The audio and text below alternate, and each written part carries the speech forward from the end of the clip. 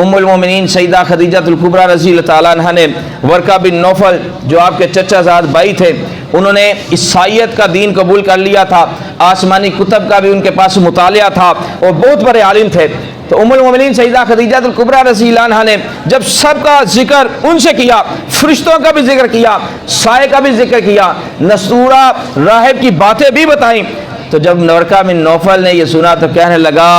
اے ام المومنین سیدہ خدیجۃ الکبریٰ رضی اللہ تعالیٰ عنہ،